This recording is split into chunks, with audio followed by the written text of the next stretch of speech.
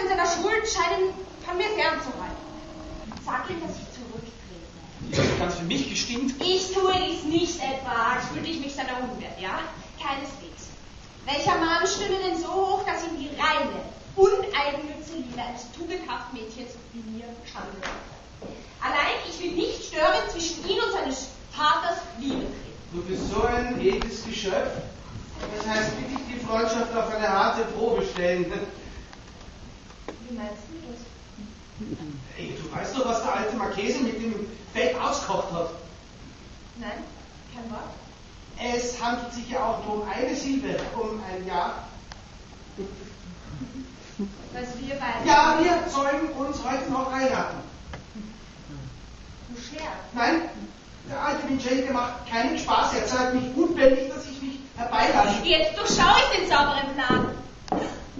Mit welcher Sicherheit